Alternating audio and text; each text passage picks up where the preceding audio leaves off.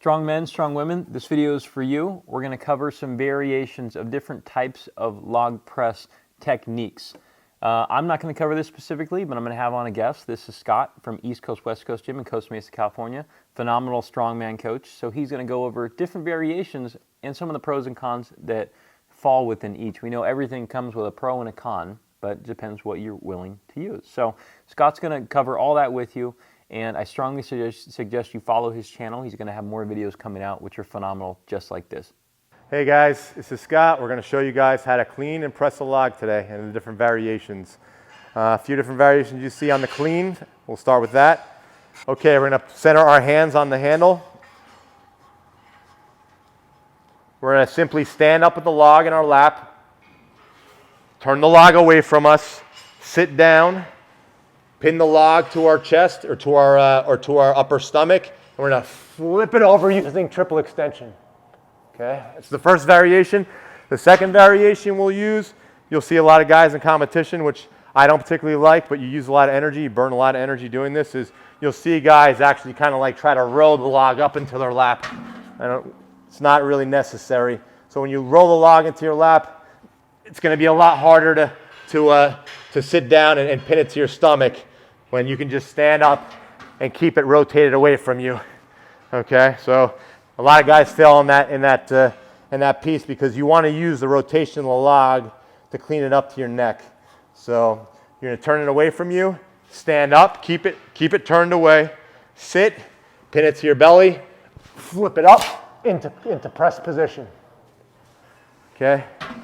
Another variation you'll see guys use, especially with a smaller diameter log, is they'll try to actually clean the log up to their chest. So they'll just get tight on the log and they'll try to rip it up and then try to catch it like a power clean, which when it starts to get heavy, it's very hard to rotate that log up into a good press position when you use that technique. It's often better to just use that continental clean in order to get it in the rack position. Once we get it into the rack position, you have 3 different ways typically to press this up over your head. So the first way is the most common way you'll see is just a straight push press. So you'll see the guys, they'll clean it up, pin it, pop it, and then they'll just use a little bit of knee bend, and then they'll drive their head through. Okay. Turn that around. Okay. They'll clean it, they'll rack it, and then they'll drive their head through, and then back down. The second variation, probably the second most common variation, is the power jerk or the push jerk. So it's more of an Olympic variation where you're going to use your legs predominantly to get the log up over your head. At East Coast, West Coast, a lot of our longer armed pressers will use this variation because they're at a disadvantage, mechanical disadvantage, because it takes a lot more energy for them to press it out over their head, and their triceps have to do a lot more of the lockout. So they'll use this variation, which is a push jerk. Common ways to do this: stand up, flip it up, and then you're going to jump, and then jump under and lock your elbows. So you want to actually get that log up over your head without using much of your upper body. So you're here, jump, drive the log through, and stand up, and back down. Common thing you'll see as well, especially when the weights get heavy, is you'll actually see guys split out to the side with their legs. So it's like a reverse split jerk almost. So they'll actually clean it up, and then when they come to press it, they'll actually move their legs out, and then they'll bring them back under. It's a rep event. It'll take time away from their number of reps that they can get because they have to bring their feet back under center. So that's another variation, something to think about when it's a max press or a repetition press, okay? And then the third variation is the split jerk. Typically you'll see 2 different ways to perform the split jerk. When the weight gets heavy, you'll see a narrow split jerk, and you'll also see some of the guys do a deep split jerk. And I think a lot of this has to do with mobility in the shoulders. So for guys that, bench press a lot, or maybe start off with a powerlifting or a football background, they're very anterior dominant, so their shoulder mobility is not great. So on this type of a press, you want to get that log back over your center of gravity or center of mass. So they'll clean it up, flip it up, and then you'll see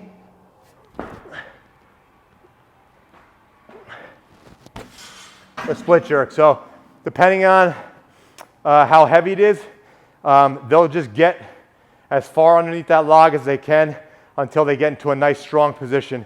But a lot of guys don't like to go in that deep split because they don't have the core strength and the upper postural stability to get that log centered, or they have poor mobility in their shoulders. So in a more shallow split jerk, almost like a regular push jerk, they'll just come to here and then they'll stand up, which is a lot faster. And I've seen competitors at the pro level use this in repetition events too, because they have to step a lot less. So if you are going for a max, you can use that deep split, but if you're going to do a repetition event, probably not the most efficient way to do it, or to get as many reps as you can in an event. So if you like these tips, look us up on eastweststrength.com or at eastweststrength on Instagram. Now that Scott's covered some of the variations of the log press, now you got to decide really what's best for you. And I know a lot of people will look up technique, mainly because they're looking to solve some ache and pain. They have some power leaks. They're suffering with the lift. Now, if you're suffering with the lift, you should go get coached, okay? If you're having some pain associated with the lift, it might actually be easier to settle some of the pain by doing something like corrective exercises, or even making sure that your form is good during the lift. Also, too, there are considerations sometimes where if you're having the power leaks that expose themselves at some point during your lift, like your, I guess power lifts in layman's terms would necessarily be you're having movement compensation that keep happening, like your knee starts going out. You keep doing some of the things your coach tells you not to do. Generally, we kind of say 70-80% of retention. So if you're able to complete 70-80% of your lift with the desired technique, then that's probably good enough, and you can move on up and weight a little bit more. Not all the lifts are going to be perfect. I think we all know that.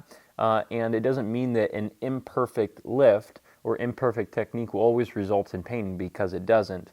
It just comes down to honing in your skills and giving your body a lot of movement options for actually when you're competing. So again, backing up, get coached if you need to get coached. All right, I think we all know that deep down in our heart. I wish we had a coach. If you need to get coached, get coached. Scott's a phenomenal one. Go talk to him. All right, cluster the set possibly to make it so that you get 70-80% competency rate. Or the last thing is just make sure that you're. God, I lost my thought. Either way, let's keep it at that. So, subscribe to the channel. Follow Scott's channel. We have lots more coming just like this.